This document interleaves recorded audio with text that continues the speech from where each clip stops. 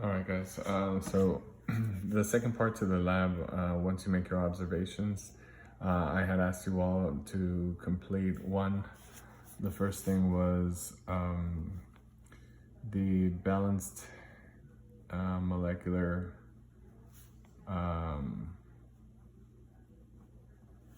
equation based on the reaction that you all did. The second thing was complete ionic equation. Then I needed you to identify your spectator ions. And then lastly, I needed you to give me the net ionic equation. So on that simulation that we did,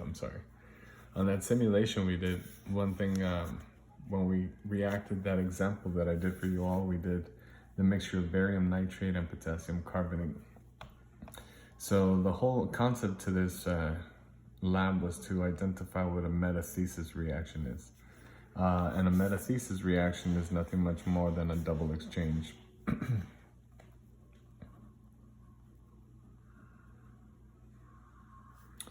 Metathesis reaction is the same thing as a double exchange or double replacement.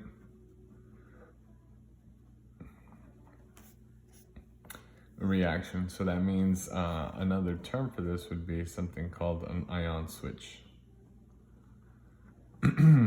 So here, the way I would suggest you all to do this was first, since we have our reaction here, we have BaNO3, and then it's a 2 barium for barium nitrate, and potassium carbonate was the reaction.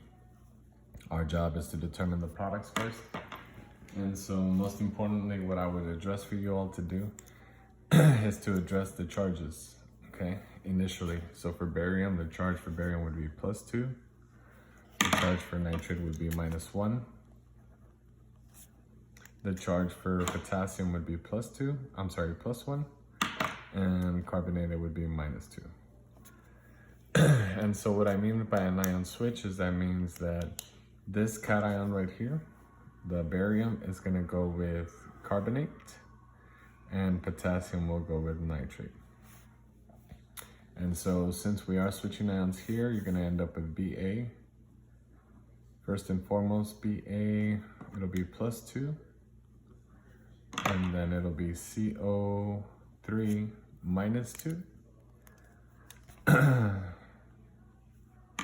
Plus potassium, which is +1. And nitrate, which is -1. Second thing you ask yourself is, one, do they cancel? And yes, they do. So then your products will be barium carbonate plus potassium nitrate. So once you find what your whole reaction is, you have to determine, one,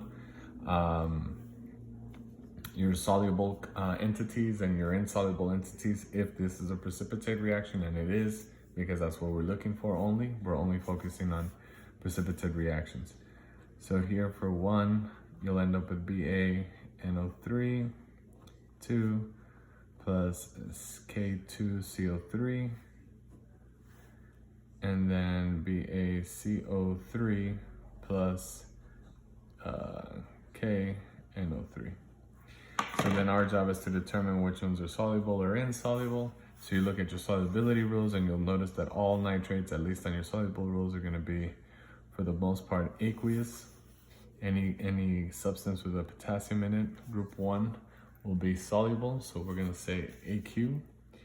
So let me denote here that anytime you see an AQ, M equals soluble.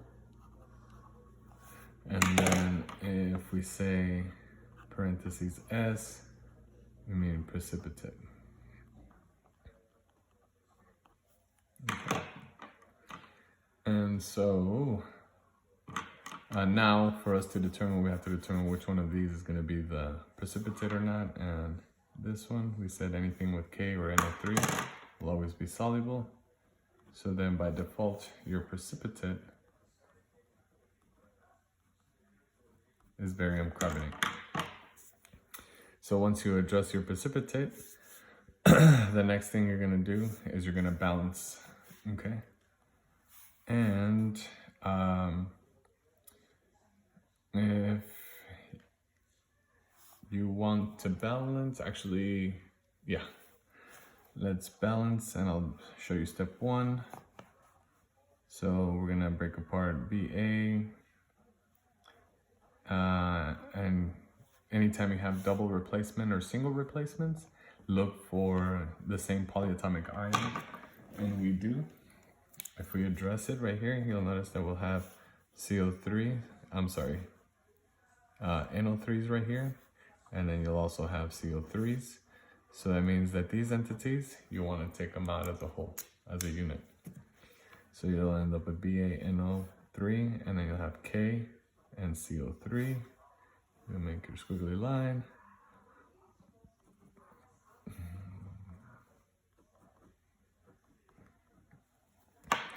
Okay, then you go through telling me how many of each you have.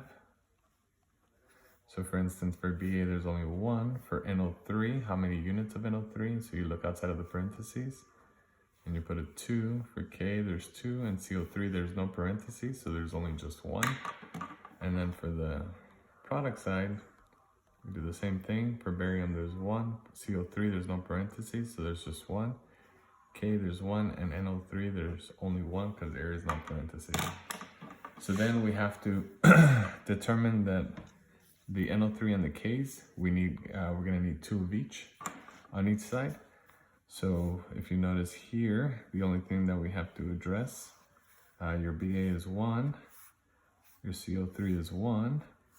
If you notice your KNO3s are on the same entity, so then all you'll need is a 2 there. You'll multiply those by that, and you will balance it out. So for number 1, to answer question number 1,